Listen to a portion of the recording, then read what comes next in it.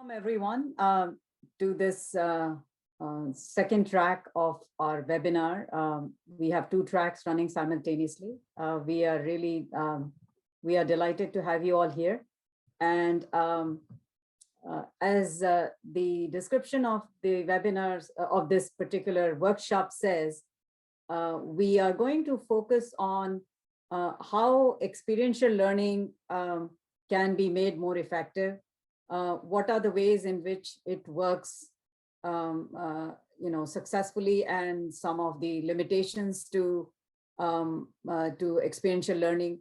The example that we are taking is that of Capstone and similar kind of internships opportunities. So what we are going to do is start off with my experience of having run capstones and internships for several years now. And all of these experiential learning discussions that we are going to talk about are related to those where students are actually placed in a real industry environment and run and work on a semester-long project. So what I will do is I will discuss the research in this area, the pedagogies of how academic programs are embedding increasingly more and more of capstone and what we call the culminating experience of programs. And currently I teach both the MS in business analytics capstone at Montclair State University, as well as the undergraduate capstone in the business analytics program at Montclair. So let me just get started with a few slides. And my colleague today, Adam Spunberg, who's the global lead for the technology program at AB Anheuser-Busch, or AB InBev, which is the new name. He will share with you all his experience of receiving these students and working with them and leveraging their talent and basically what really they need to prepare in terms of hosting these students and ensure their success. So experiential learning, as we all know, is basically active learning, and we call it high impact learning because these opportunities really are that lead to, in many ways, we call it transformation. Transformation in your experience of having done that, and transformation also in the learning that it provides. And there are two important ingredients of an effective experiential learning is that the student participation is more than what you see in regular kinds of courses, because it requires the student to reflect on the opportunity and to actually correct and add to the learning opportunity above and beyond just what is provided in the first. So there is a cycle of learning that we will talk about. And many programs do not provide for a role for an effective faculty engagement. But what research has seen is that effective faculty advising is also an important ingredient. So several of you in the audience today are representing the industry, as well as many of you are students. So I'm going to talk from both the perspective. If you have seen my bio, in my past career before becoming a professor, I worked for Accenture and did several of client engagement projects in information systems and data area. So we all know, and the students especially have gone through and Adam will of course testify that all industry, all companies want students who have some real world experience. So how do we actually provide and place our students in for a successful career in the industry? That is becoming an important part of all data science, all business analytics programs currently. What can we do in our programs to prepare our students for success in their careers? So one aspect of experiential pedagogy is that students are actively involved, not just in the day-to-day tasks that are assigned to them, but learning outcomes have to be stimulated with their direct experience. So how, if the experience of or the outcomes are not looking as what is intended, then you really have to make changes to the design of the program. So it's kind of a iterative cycle where you feed back the experience of the student back into the learning opportunity. And I'll go a little bit more in the next slide. So Kolb's model of experiential learning is the most celebrated one, and he has done a lot of experiential learning design actually comes from his work. So as I was talking about the cycle, that the concrete experience of having done or participated in a real world project provides the student inputs and insights into what went wrong and what worked. And that reflection actually helps in creating the transformation. And many studies have been done where these kinds of capstone experiences have led to lifelong learning and lifelong transformation of practices and habits, and some of the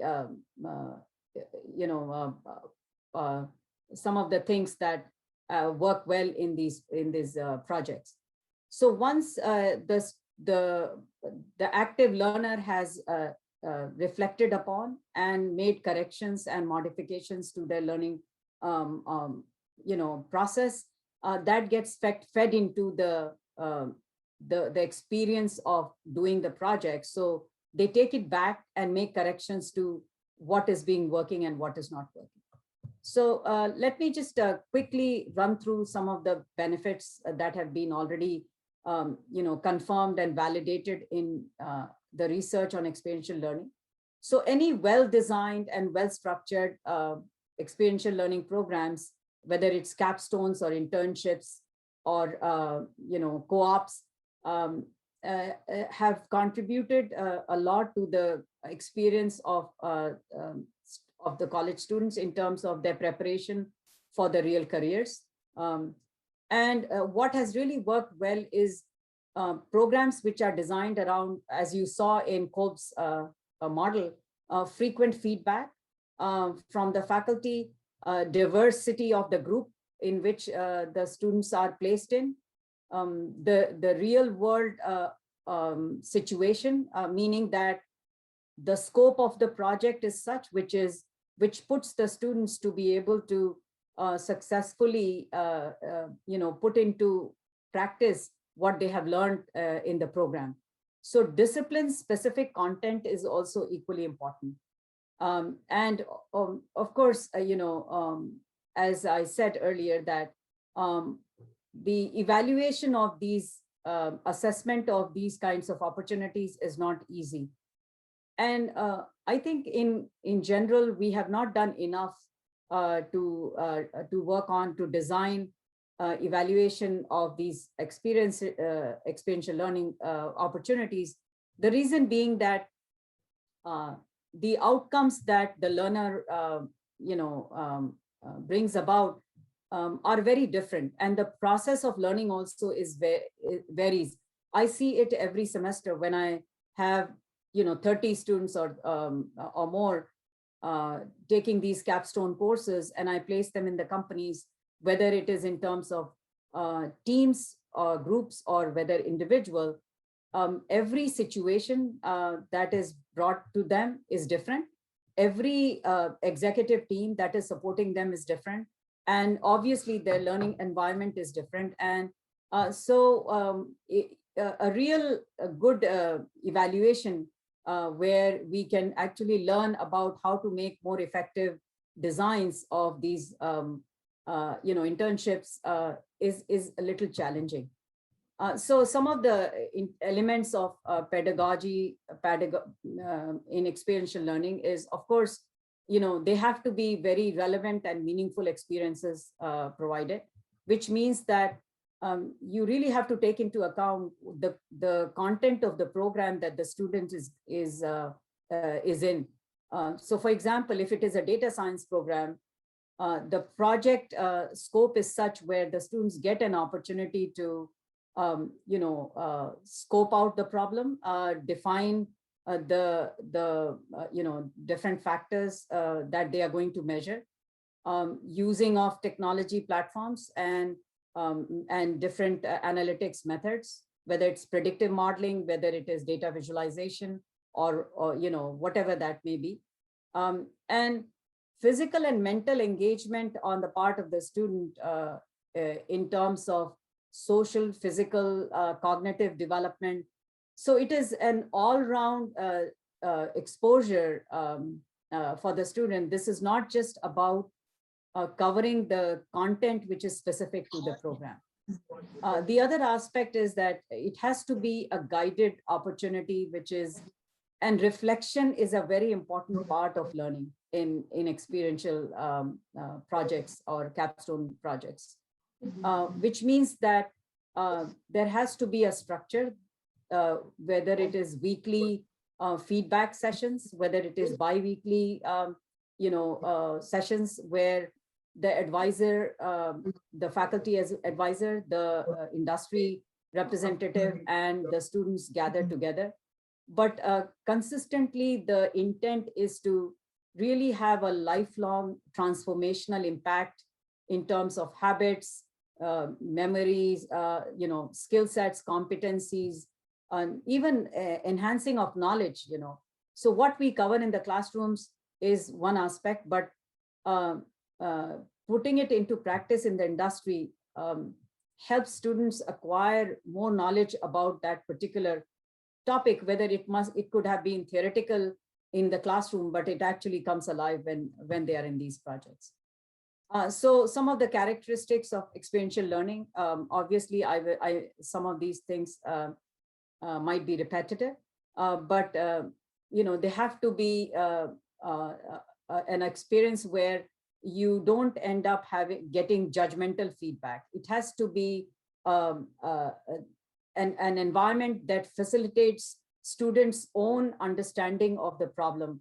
It has to be driven by the student. It has to be, an opportunity where all stakeholders make an investment in the learning opportunity, which means the industry representatives or supervisors or executives who are, advising you have to be as equally committed as the faculty advisor.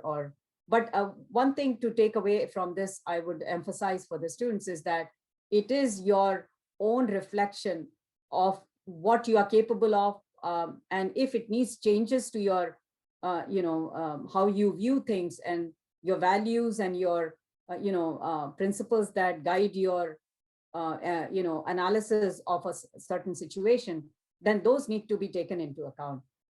And I feel that this kind of immersion is important because you are really being prepared for a lifelong career in that particular, discipline or domain. So I think one aspect that I always highlight with my industry partners is that you can have a terrific, very well-defined project with the right kinds of ingredients, great source of data, nice technology platform, and everything that can be available.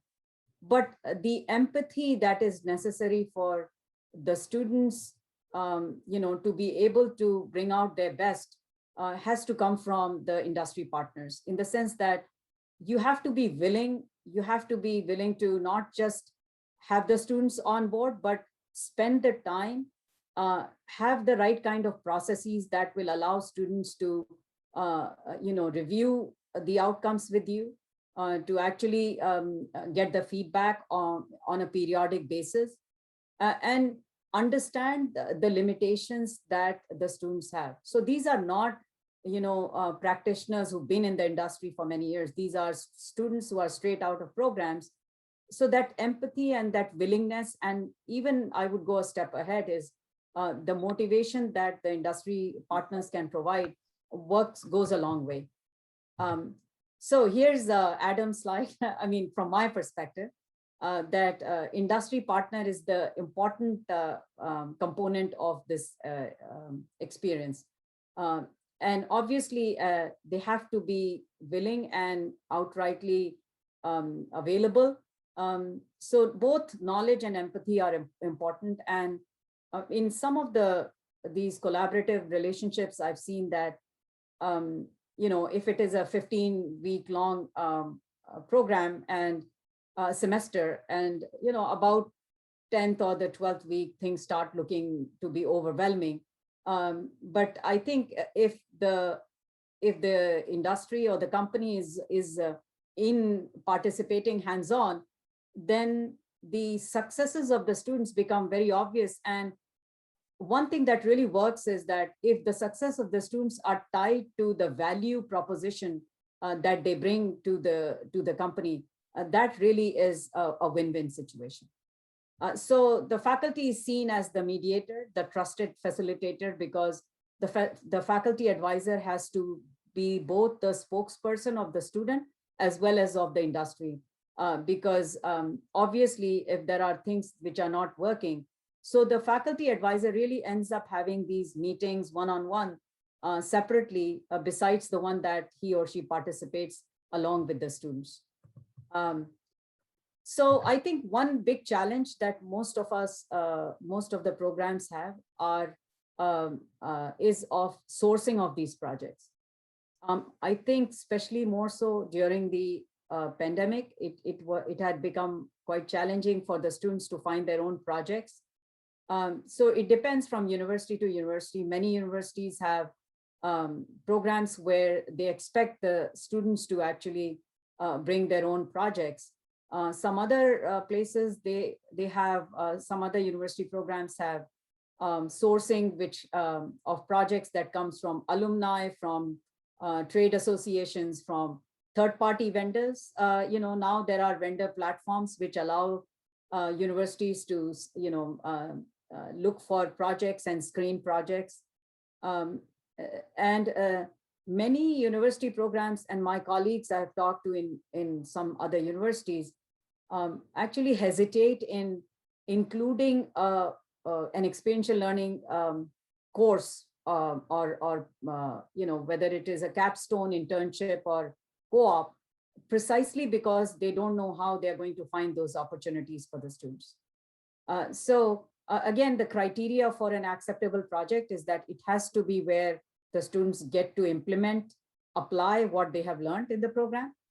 It has to fit the 3 credit or 1.5 credit, whatever is the semester long, opportunity or length of period. And I personally, as I said, I'm looking for management empathy and willingness and really excitement to work with the students. Again, the faculty advisor is a core differentiator in terms of making sure that the students are personally engaged and that they have a stake in it. They understand what is in it for them and what will work for them, when to escalate an issue. Many times things actually fall apart. You'll be, surprised that I have yet to see any semester where I have had all projects run smooth. So usually you have about a third of the projects will start having problems halfway through.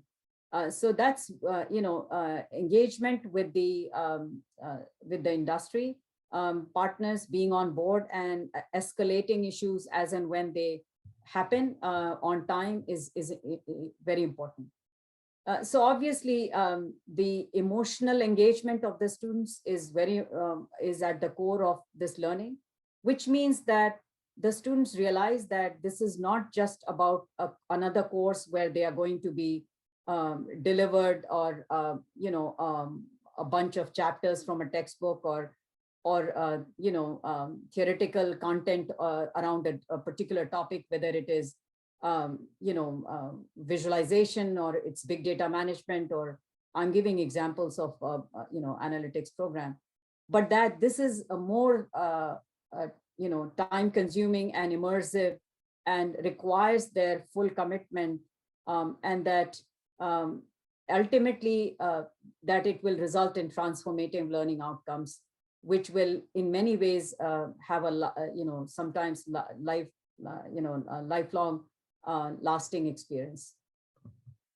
So here are some assessment tools that I have used in terms of evaluating the outcomes, because unless you don't have an outcome based learning objectives, it is very difficult to not just for the faculty and the program, but also for the industry to be able to see the progress that the student made as part of being in this program. So here are some documents that I have, and if anyone is interested, I'll be happy to share later on. So basically, a project charter is the first document that you do, where you kind of have an agreement about the scope of the project, and that really gives you a peace of mind throughout the semester, because you have identified what the project is about, what kind of technology and applications that are available, where is the data going to come from, if there are any risks and any uncertainties, who will be available, and what kind of periodic meetings will be there. So it allows you to do better preparation, in terms of getting ready. So in terms of students' responsibility, and I know I have talked,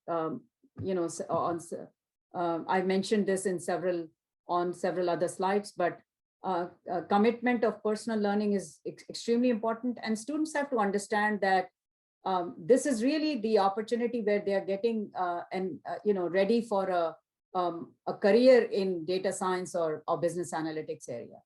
And most of the industry partners that I have talked to about what is it that they are looking for in these students, the ability to change, the adaptability and the flexibility and easy learning, willingness to learn are the things that, and Adam will actually highlight this more. So at this point, I will stop, and I do have some open issues which we can discuss in our Q&A. Basically, who will drive the experience? Is it the faculty, the student, or the company? How do you manage these relationships effectively? How do you do assessment of learning? All of these are, and most important of all is student satisfaction and success. How do we address that? So with that, I'll stop here and let Adam talk about his own experience and the industry perspective. Sure. Thank you very much, Dr. Jain, or Rashmi, as I familiarly call you, which I think is more than just symbolic. Something I thought you mentioned that was really very poignant, the empathy and the personal aspect of this. And I think it's easy to get caught up with the technical side of things, and also the corporate culture. But really, the ticket to making these things successful, rewarding for the students and for the university programs, but I think also as a pipeline maybe for future jobs or opportunities within these companies, is having a kind of person-to-person good connection, almost a friendly level of interacting, where it's enriching for both sides, but it's also not just about the bottom line. There's deeper experiences to be had, and I think some lessons that are really valuable from the educator side in realizing what practical real life environment, what separates that from academia, but I think we also can learn to be a little bit more like the academic side too. So there's a lot of learnings on both sides. So thanks for that perspective. That was really quite great. Let me just share my screen here. I think I have access to do that. All right. So the last time I presented at New Jersey Big Data Alliance, I had the same slide. I thought I'd bring it back because I know a lot of people are new. And the point I wanted to make is if I could make it into artificial intelligence and big data and leading global tech exploration at a company like ABI, then anybody can, because my background didn't fit at all. I was a history major. I was far more interested in literature and classics and other things than I never envisioned myself on this path. Uh, I also went to law school, not necessarily a direct precursor to this type of work, but it kind of goes to what I was just saying before. I think everything in life has valuable learnings, and I personally believe that some of the most qualified people for certain jobs are not the textbook candidates. In fact, it's people who have sort of the courage and the impetus to look at things a little bit differently, right, and bring some creativity to an equation. And so I'm a little bit of an outcast at my own company, but I was able to earn, a lot of trust and respect from my peers because they realized I brought something diverse to the table. And I would say the same thing goes for all of you students and professors who are trying to, help your students um, develop a good career path that's rewarding and fulfilling for themselves. So my job, as Rashmi very well said, so I lead the Global Tech Exploration Program at ABI. So this basically means everything in the breweries or vertical operations. So we have about 270 sites globally between North America, Middle America, South America, Europe, Africa, and then Asia Pacific, which is mostly China, India, and Vietnam. And so what I try to do is test new pilots, new cutting edge technology with outside partners. So it could be big partners like Google, Microsoft, Amazon, or it could even be generally more often small companies, right, who have developed some new algorithm or new platform or something that we think can be influential in our breweries. So I test that stuff. Um, do a lot of aligning, which is a very critical component to being successful in these programs.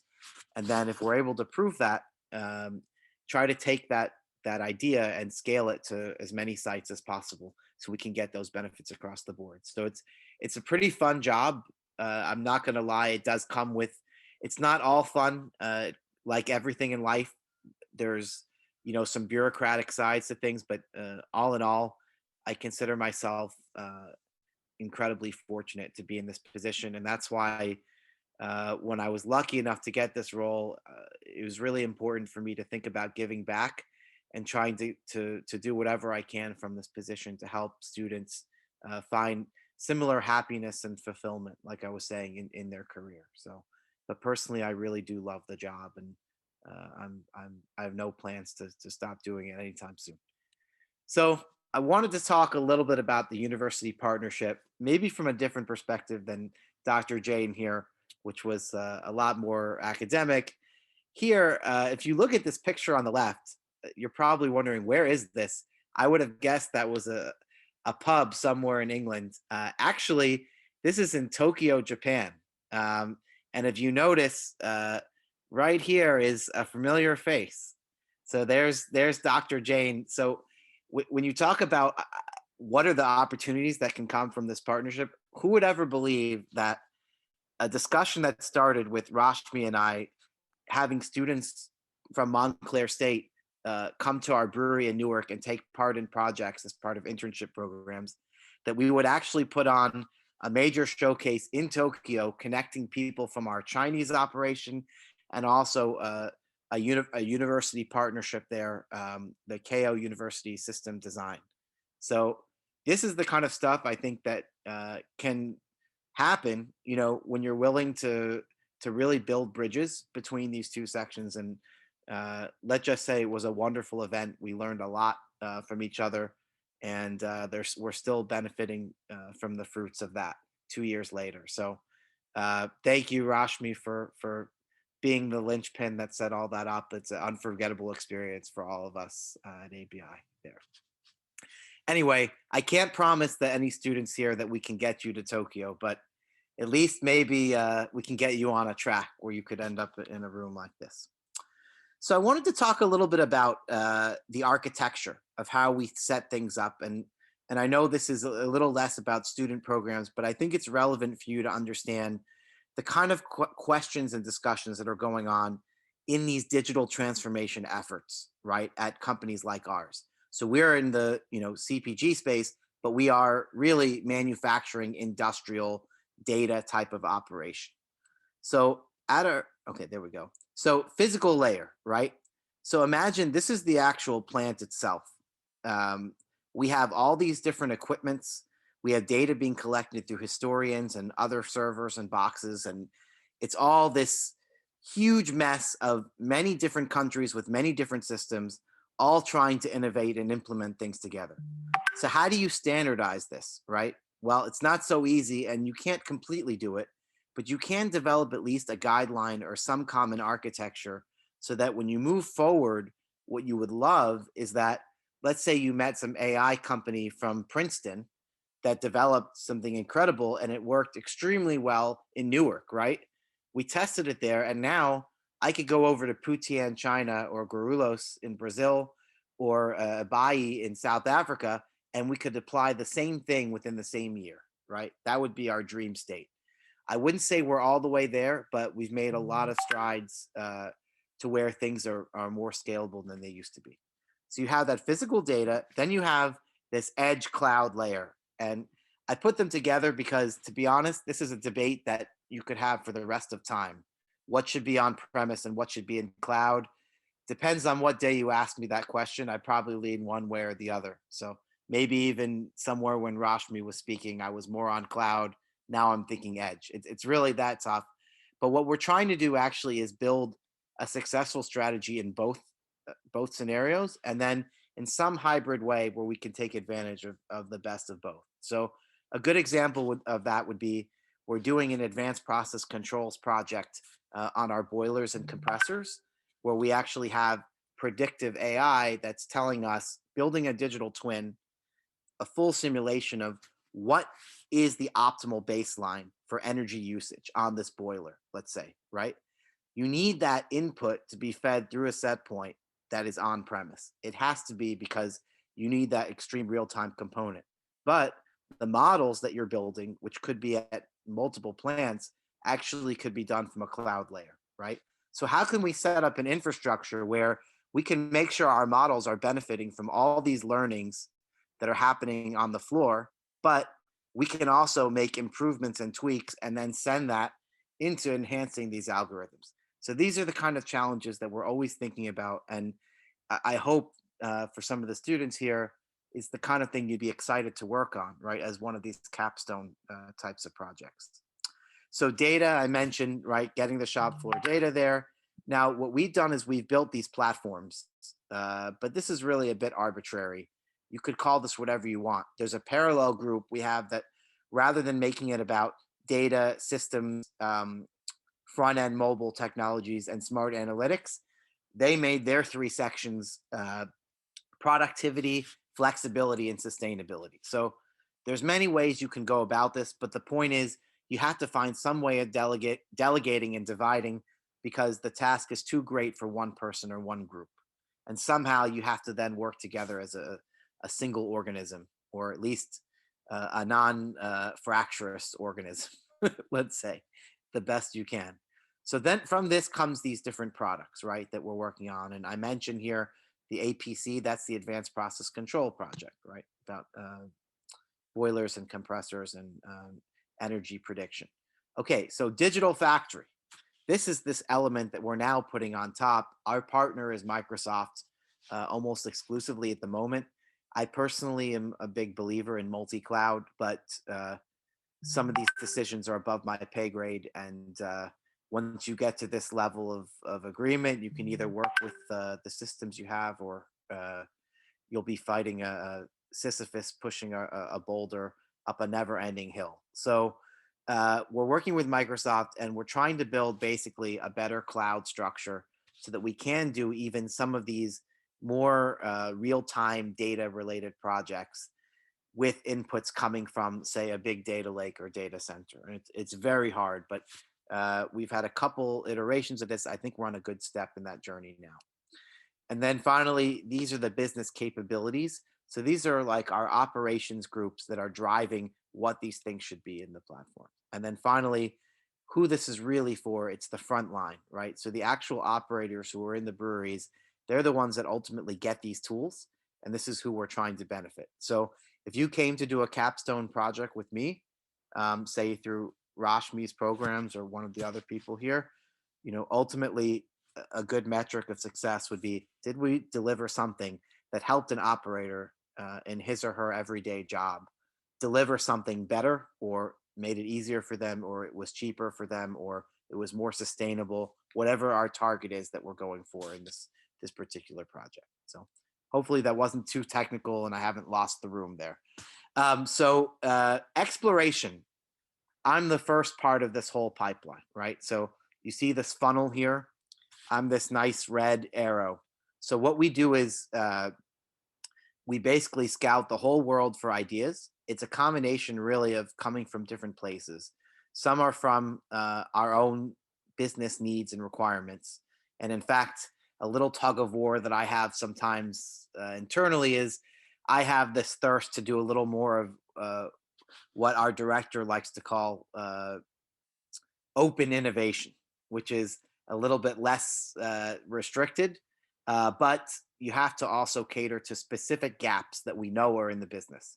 So we kind of have this mixed pipeline of problems we know we need to solve, new technology out there that maybe we didn't even think of applying, but it's so cutting edge that it can do something new that can transform or disrupt the way we're operating. And then also maybe things we do have, but that we can find a way to do them a little bit better, right, or cheaper. So this is kind of the main crux of that. And we have a prioritization process. We do proof of concepts, and then ultimately we try to do a bigger pilot. And this is something new that I've just installed, in fact, over the last 2 months, and it's gotten a lot of very nice response within the company, is actually creating a entire transparent pipeline. So we're using this tool. It's actually a Microsoft 365 add-on. It's an independent company, but it's built for that. And actually, what we had before was me on the global team. I'd be sponsoring certain projects of global significance, but we also had in our regions, in a very decentralized model, these zones would be doing things that were beneficial to them. And it's very hard, if you could imagine a company this big. I think we have over 100,000 employees at AB InBev, right? So you could imagine globally how many people could be trying the same project without someone else even knowing about it, right? And then we're wasting resources, or we're not learning from success or failures, right? Or maybe things that were successful but didn't make sense for another place because no one communicated about what requirements they had. So now what we built is one single pipeline where there's full transparency and visibility. And this becomes essentially my best friend, because I don't have to be the villain now that blocks somebody else's project. All I can do is just point to the tool and say, why was this project a secret, right? It should have been transparent. We all agreed that we're accountable. So it gives me a chance to not be the bad guy, which I hate being. I want to be the positive inspirer, not the one stopping other people or stifling their creativity. And it's working extremely well. In fact, when I put the slide together, I guess we had 86 ideas. It's now 93 since earlier in the week. So you can see how people are really using this. Okay, I wanted to mention one specific use case of something. I'm not even personally that involved with it, but I thought this would be relevant to mention to the group, because I know, Rashmi, it's very important for you to stress. You had data ethics in there, right? And security and the importance of this. And this is a tough battle. It's kind of like everything, right? It's the same thing with the vaccines. It's the same thing with having protective measures for tsunamis or natural disasters.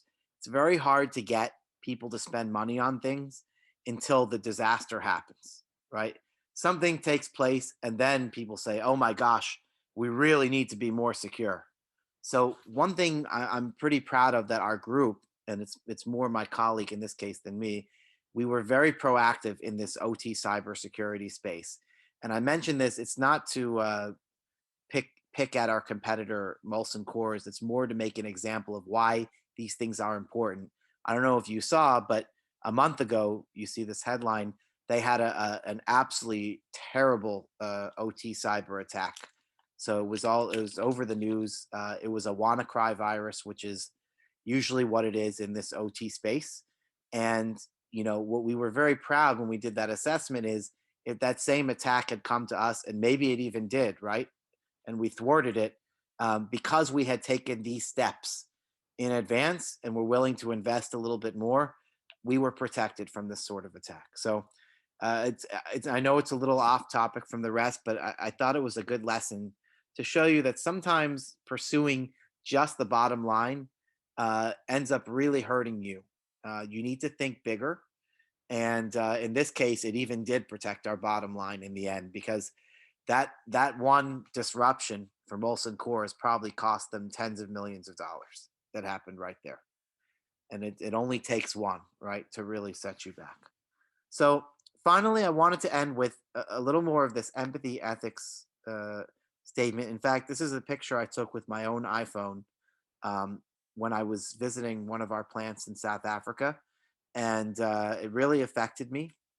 I genuinely believe that we have a greater purpose than just focusing on our social status.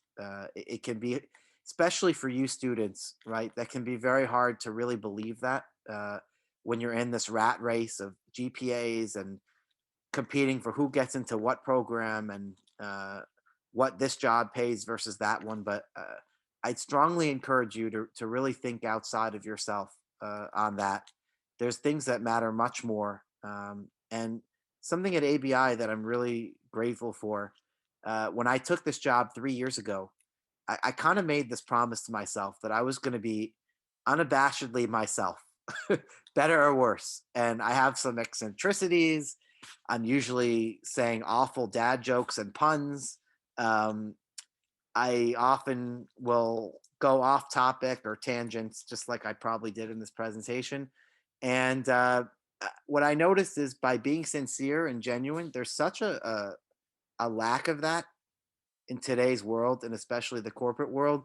People are almost so refreshed to see that authenticity that they almost don't mind if it doesn't keep the track. So I would stress, if there's one big learning to take from today from me, be yourself truly, be authentic. People can sense that. You don't need to be this persona on social media. Just be who you are. And that's more than good enough for the world, and it will serve you well. So thank you very much. I think I had 20 minutes, and I think we just did about the 20. So I guess I'll hand it back over to Rashmi and the panel here. Okay. Well, thank you, Adam. And yes, our partnership has been a lot of fun. And there are so many things we have learned in the process of, how to do that giving back in a, very effective manner. So there are some questions.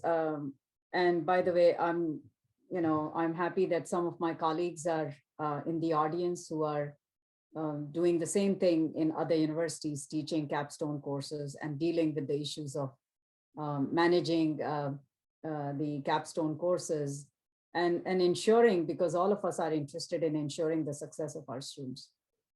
So one question I saw was about student success, assessment of student success. What is key to evaluating of student success in the capstone program? I think what I see that is not just about the outcome assessment, which is important.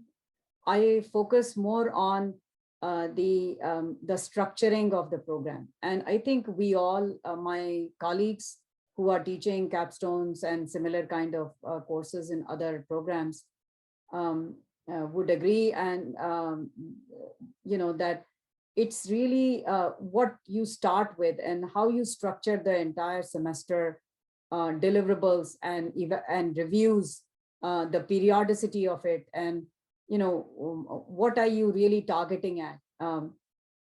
I have seen that learning goals for the course or learning outcomes for the course are a good tracking device, so that you know that this course was intended to accomplish this, and um, making sure the activities that the students are doing and the deliverables they are producing are really aligned to some of those learning goals. So I'm not sure if that addresses the question that was there in the chat. Um, and the other thing is, if any one of you wants to come on video or audio and ask your question, our tech team will be happy to support that. Um, so Adam,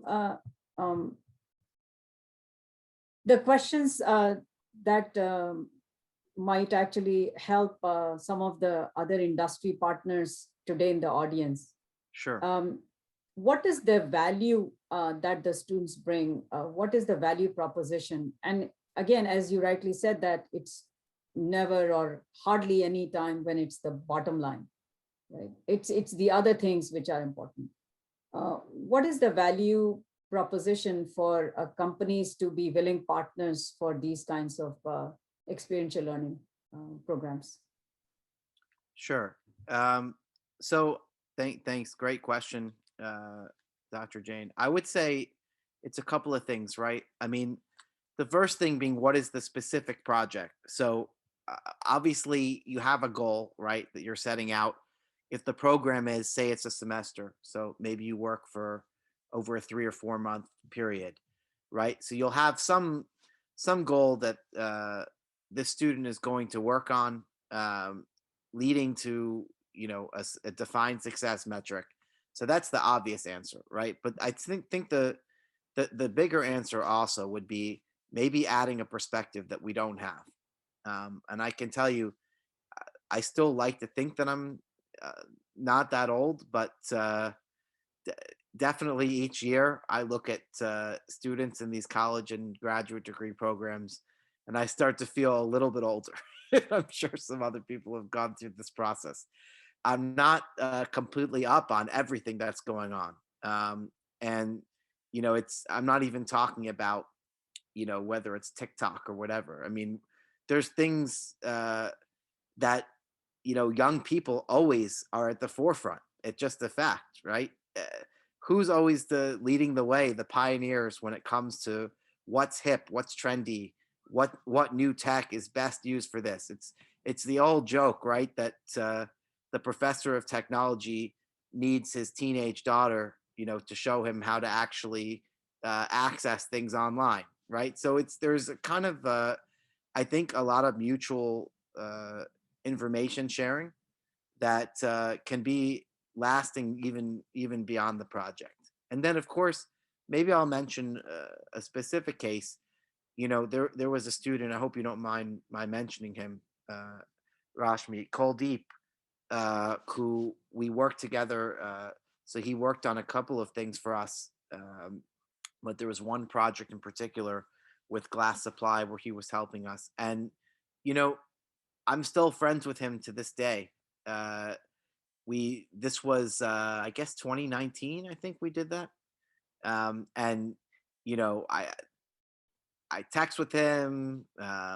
We talk about stuff that has nothing even to do with AI and technology, but that was born from the relationship that we built during that time. So, I hope that was a good answer. And like I said, if anyone here is looking to join one of these programs, I can't stress enough. There's a lot of reasons in life, I think, not to do something that you can come up with.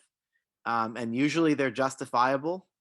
But I will tell you, every time I've pushed myself to do something that I was on the fence about, I pretty much never regretted it. And so if you're a little nervous, I would even say if you're nervous to ask a question, go ahead and ask the question in this chat. But in general, in life, it's really hard to sometimes see that value until the retrospective hindsight of having done the experience. And so just be open, right? And there's no way that you would go into this program and not learn something valuable. I can't imagine that anybody would feel that way. Uh, even if all you learned was that the corporate world wasn't for you, that's still a valuable learning for you, right? And now you have a better understanding of what your journey is personally. So I hope that helps. Yes, that was very informative, Adam. And I think the personal aspect of relating to each other, as you rightly said, uh, with your really true calling, and what is it that you really want to do. This is a good testing ground for the students. So there is a question about the conversion or translation from being an intern to becoming a full-time employee. And I can also address several examples of that, and how and why and what makes it happen. But from your perspective, what are there any such expectations that a capstone experience can bring, that, if you were to look at a student and say, well, this particular student, I would really like to hire full-time. And given that there is a position, I know you will probably say if there is a position, but what kind of things that these students can do in their role that will help them make that transition? Sure. And I'm going to give a very honest, transparent answer on this, probably more than you would expect, because I've seen this go very well and not so well, even within our own company. What I've seen happen is we have a couple of programs. I'm not going to say the name, but I'm sure you've seen this. Many of your professors have seen this correlate with other corporations, right, where you've done experiential learning, is that there'll be this almost more interest in the narrative of saying, we've created a pipeline through this exciting partnership with universities, than really placing these students in the right place to succeed. And that happened, a program, fortunately, I wasn't involved in, but it is actually a very sad thing, because they weren't aligned with the rest of the rest of the business. But at the same time, we had, this pressure to, we got to put them somewhere. So what did they do? They took these promising students, they created a role for them, right, that didn't really need to exist. And then suddenly, after all this coddling and we're so happy to have you, they were fed to the wolves. And that's not the right way to do a program. And I'm sad to say, of those students who were put in that situation, a lot of them were not in the company within 1 to 2 years, from what I saw, because they were not put in a position to succeed. And only a very few who were incredibly industrious found a way to pave their own path. What I think you want to do is have a program that legitimately acts as a pipeline, where you're saying, we have a data science need. We are looking for top talent. We want to bring these people into this spot where the learnings that they have from this capstone program or the interactions with our company translates with them almost being ahead of a learning curve of someone else who's starting out new. And we've had a chance to learn enough about this person to have faith, right, that it can work. I do believe this is happening in a lot of companies. And that's why I would say, for the professors and the universities, just be smart about which programs you're signing your children up to, right? I'd say your children, I guess they feel like your kids, your students, right? Because the worst thing that could happen, right, would be somebody gets put in a spot where they're almost doomed for failure, and then become disillusioned with the whole process, when actually it was an incredibly brilliant and capable person who was just given the wrong coaching. So I didn't mean to be negative, but I think the right opportunities exist. Don't fall for the PR trap, I guess is what I'm saying, that can come out of this. And beware of companies that are always looking for any way to subsidize free labor, right? So I can get an intern from, Seton Hall. no problem, right? Now we don't have to pay somebody. And as soon as that's make false promises. So, just get to know the group you're working with, and that they really do have the best interests of the students at heart and want to set them up in their company, right? In a place where they can thrive. Thanks, Adam. So I think I'll add my experience of students getting, hired as an outcome of doing a capstone. I would say a third of the students actually get that opportunity. Whether they take it or not, that's different. And I can share with you that my undergrads are more competitive in terms of letting go of an opportunity and saying, no, thank you, but no, thank you. It's not that any time when this opportunity comes to transition from a capstone internship opportunity into a full-time job that the student will actually say yes to it.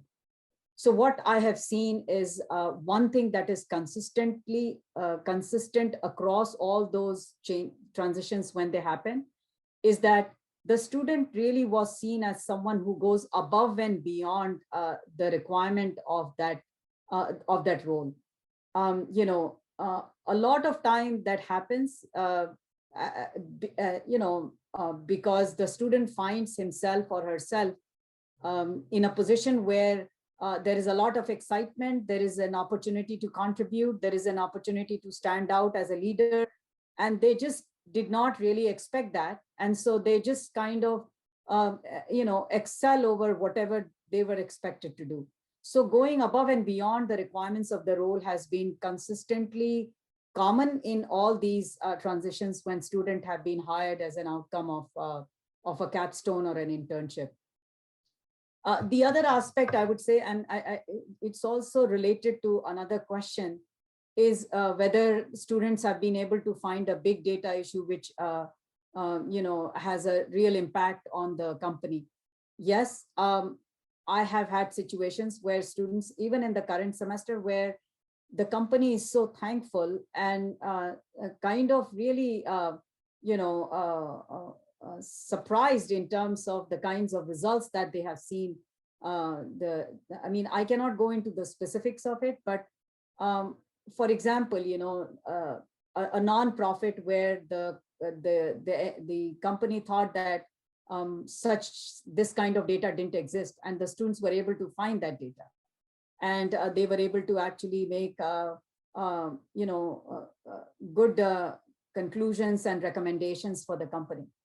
So yes, it's quite common for the student projects to do some real problem solving for the company.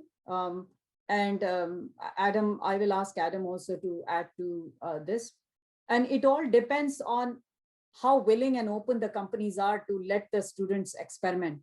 And to what extent do they actually engage with the students in this problem solving process. Often as Adam was mentioning that, we might find many times companies hesitate because they really do not understand the readiness of the students, and more so in this data science area. I remember when we launched our undergrad program in 2014 or 15, it took me so many months and meetings to convince companies that yes, I do have students with the kind of skills that I'm telling them. And over a period of time, that acceptability came about. So it's all about the needs of the company, the willingness of the company to have the students try out different things, and have their trust that if the students have come out of a program with a certain curriculum, that they are ready to actually be able to deliver some value. Adam, any thing you would like to add to if the students are seen as doing some real problem solving? Yeah, I think they definitely are. But this is where it's a little bit connected what I said before, but I'll expand on that thought.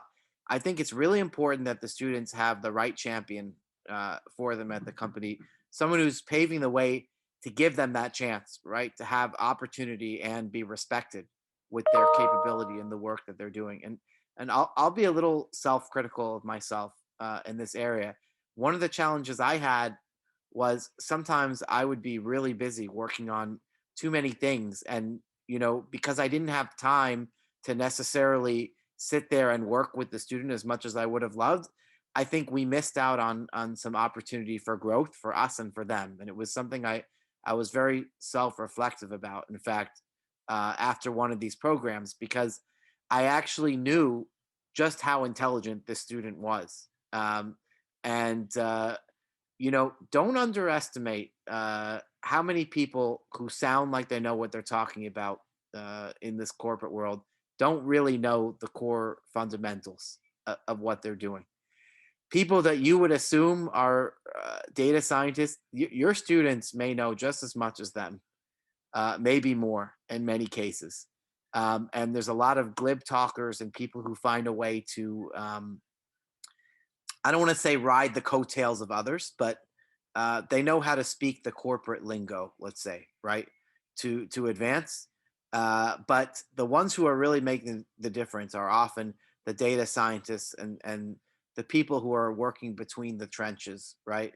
Really trying to build something new or unique. So I would say I absolutely believe the students have more to give than just a nominal thing.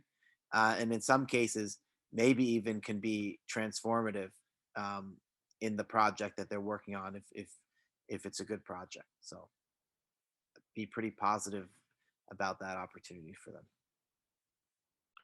Uh, so Adam, in terms of, I think that's a very important aspect of a successful internship relationship in terms of what the company knows about your capability and how you are actually provided that right role, which has the right relevance and meaningfulness. Um, uh, is there something that the academia in general can do to fill that gap and create a better awareness of the skills and the capabilities that our students bring to the table? Or do you think it's just a general hesitation and carefulness on the part of the industry that that will always be there? So I think especially more so now when we are especially in the technology space, and you talked about the digital transformation layer in your architecture. um, we see more and more students wanting to have these kinds of opportunities, and there are no straightforward kind of roles, like if you had a student graduating from mechanical engineering or from civil engineering or from computer engineering, those were more straightforward. But data science and data analytics or business analytics roles have to be culled out. Absolutely, we talk about data engineer as being that generic role where a lot of data processing and prepping work gets done. But is there something that the academia can do, working with the industry, that will help us kind of map these roles better in making sure that the right student gets the right opportunity? Yeah, sure. No, that's a great question. I think in a perfect world, both sides would be able to meet as equal partners, and you'd have some sort of I don't want to say vetting process. I was thinking almost like, I know when my brother, who's a doctor, when he went to his residency program, they have these advanced matching programs, with algorithms, and some of that's pretty impressive actually. But I think, and please don't take this as an arrogant thing when I say this, I think the industry has a little bit of the upper hand in these situations, because ultimately they're the ones who have to provide the opportunity. And the professors like you, who are so well intentioned and just fighting, to give your students every opportunity, sometimes you don't get to choose, where they go. The industry gets to pick that. I think though, by doing programs like this, educating more people and really just kind of building a belief system that this is a good thing for both sides, is how we can even the scales a little bit more. And, maybe more people will start to think the way I do, for example, that this is really valuable. Um, so, that would be, I think, the biggest takeaway I'd have. And then just, in general, I think from the academic side, and this is going to sound a little tough. And by the way, I'm the last person that goes around saying, stop the participation trophies. We need to toughen people up. That's not my feeling. But I will tell you, the corporate environment is legitimately tough. Um, I'm absolutely in a sink or swim situation. That's just the reality. If I stop delivering, I won't be there, right? Because they'll find someone who they think can. And what I fear when I see a lot of our younger generation, it's not that I think our way is right and that's wrong. In fact, I think we need more empathy in the corporate world.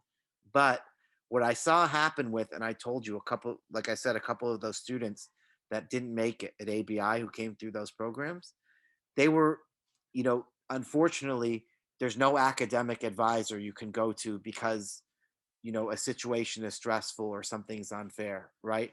There's sort of this expectation that, you're at our company, we're paying you this much, you need to deliver something.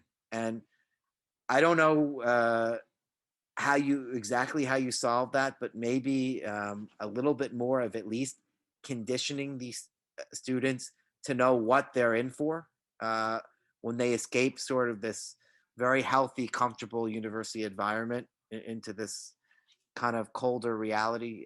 I think would really serve them well later. And maybe these programs is an opportunity to do that as well. Thanks, Adam. And I think it's we in academia try to bring in as many guest speakers from the industry as possible so that we can create some kind of readiness and real world experience for our students before they actually get into these capstone projects. I think you're absolutely right that it has to be done both ways. I mean, academia also has to play a role in preparing the students for these kinds of experiential opportunities. I think one of the questions that is becoming important and is especially for the capstone, because this is really the culminating experience in most programs. This is the last course that the students take. The role of ethic and in our program, we reviewed our curriculum and we embedded ethics discussion in all our courses. But in the capstone and the internship roles, I think this is becoming extremely important. How do you see, besides, us professors doing case studies in ethics and having textbooks which are discussing the current state of ethics challenges, and how do you see we in academia being ready and to take on this responsibility of preparing students for the ethical? I mean, last night I was talking about, is it ethical framework or ethical standards or values and beliefs, especially in the data science area and generally in technology as well. What can we do, and what does the industry expect? Yeah, this is a very interesting question, right? Because I think when it comes to ethics, no company publicly or even in their internal communications is going to say anything but we're the utmost, finest example of ethics. I think where you need to educate the kids, or where you can be helpful to them, is helping them feel empowered and confident enough to make a choice when they're put into a tough situation, where their morals are not eroded, let's say, right? Because there can be situations where nobody will say it, but people are looking for you to cut corners because you need to, and you need to, it's up to the people to stand up and say, we can't do this because we have to have this requirement, or we need this, right? And that's a very hard spot. I mean, people are not, it doesn't feel safe sometimes, right? I mean, you don't want to lose your job or put your position in jeopardy, but you know, if you have no principles, then what do you have left, right? So I think maybe what you can do where you can safely manage this, and this is what I've tried to do anyway, is if you have a little bit of foresight, right? So don't let a situation get to a point where you are that one between the rock and a hard place, having to make this impossible choice where either you upset a lot of people or you just go along with it, right? Where you see this train coming, and you raise warnings from far enough away so that you can extricate your team or yourself from being thrown into that spot. But I wish I had an easier, better answer for that. I do think people are a lot of people are inherently good. I don't think that the corporate world is necessarily as villainous as sometimes it seems, and I also think they're not necessarily as altruistic as the public relations narratives will also have you believe. There's some happy medium in there, but it's still a collection of individuals when you think about that. And actually, it's something that I thought about. The VP, who I report to, is a little bit of an intimidating guy in some respects because he's very powerful. He controls all the capex. But when I kind of saw him as a one person and not the entity of the role, he's actually a really nice guy. And deep down, he wants to do good things, right? So it's not every single person is going to be like that, but there's a human side to all things, and I think you just have to find a way to reach people as to connect with their humanity, their human side, and not just the corporate expectation of who they're supposed to be. So I know that's not the Thanks, direct Adam. answer, but it's Thanks, the best Adam. I can give for that. No, I think personal experience and especially sharing your, direct reporting experiences is nice. So last night I was having my MS, Capstone class, and one of the ethical issues that came up was about the company collecting data on age, right? And so the question is, so the question that was being discussed is what should the students do about that data, about the date of birth? And so there are some other students who said, well, maybe they should ask for the date range, like age range, like are you between 30 and 35 versus 40 and 45? And then it became a question about why do they even need that? What are they going to use that for, right? So I think especially students and also the industry and our executive partners and collaborators will have to at some point have a discussion with the students about these kinds of things. It's not something that can be postponed because we are realizing that there will be more regulations and compliance requirements in the shape of similar to GDPR and the other, where you'll be held accountable for the data that you are gathering and what use you are putting it to.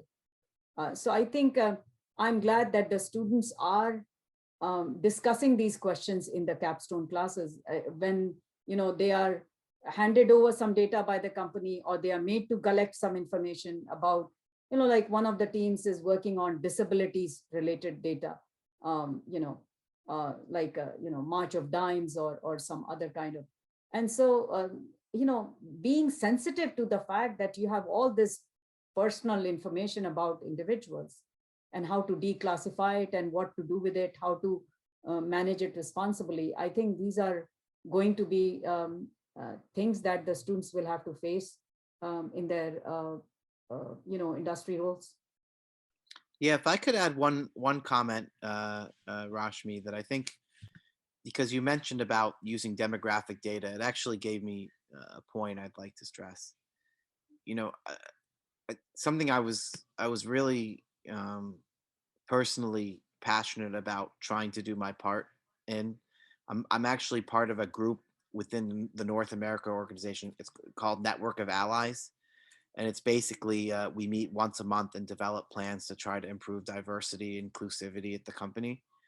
This is a very real problem, and I don't think ABI is necessarily worse than other companies. I think I'd say we're on a good track in the fact that it's being openly addressed. At least there's an attempt to try to do something. But uh, you know, I'll focus. I'll just come out and say it. We have a shortage of opportunities being created for women in technology, and I think we, as a whole, maybe this. I don't think it's at the academic level so much, but what I see happening is there's a lot of talented women who at certain lower levels seem to do very well, but somehow as you go higher and higher up the totem pole, there just aren't women in these top executive positions. And I know I'm not saying anything original here, but I'm telling you, I've seen it in several companies, ours and others in our space. And there's not really a good answer for it. And my personal theory is that a lot of the people, I think there are some straight up misogynists that exist everywhere, right? But I actually think there are a lot of people who genuinely don't think that they are sexist. They are just not in touch with their implicit bias. And the example of that is I've been on committees where we're reviewing performance, and I think all five people who were making that decision were good people with earnest intentions. But guess what? All five of them were men, right? And I think there's a natural inclination to feel more connected or relatable to someone who's more like you. And so what ended up happening, for no fault of anyone, the scoring was not quite evenly distributed, right? And I had to ask myself, if there had been 3 out of 5 women on that panel, I think the outcome might have been different.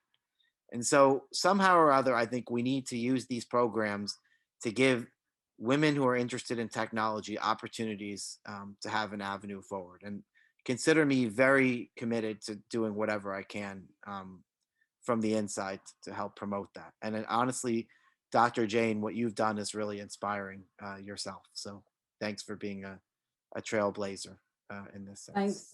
Thanks, Adam. And I truly, truly agree with you. And I share your passion on that topic, because every semester, I count the girls in my class because that's a real issue. And the moment it starts kind of, wavering, I raise it up and I say, what's going on? Why am I not seeing as many women in our MS in Business Analytics program? So yeah, we all have to. And by the way, academia is no exception. In business school, the men and women professor ratio is 75% and 25%. So women are, again, so there is a question on, in fact, there is a,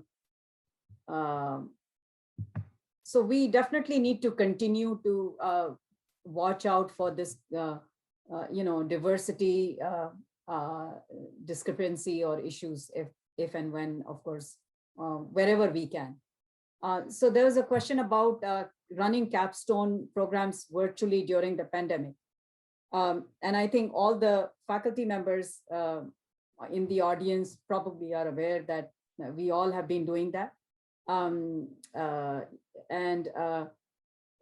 So we at Montclair also ran the program virtually, and I also did capstone for another university, all virtually since the spring of 2020.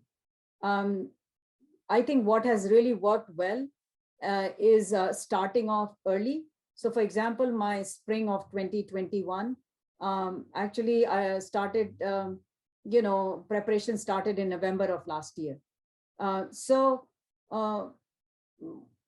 Structuring the program, making sure that we have the right kind of documentation where you don't have to keep going back and forth is important. Scheduling of meetings is very important. And you really have to have a process that you describe to the students in terms of how it is going to run. So I think a lot of design elements that went into virtual running of the Capstone absorbed a lot of my time before the Capstone course actually was started. But just ensuring the periodicity of the meetings, the identifying of deliverables, and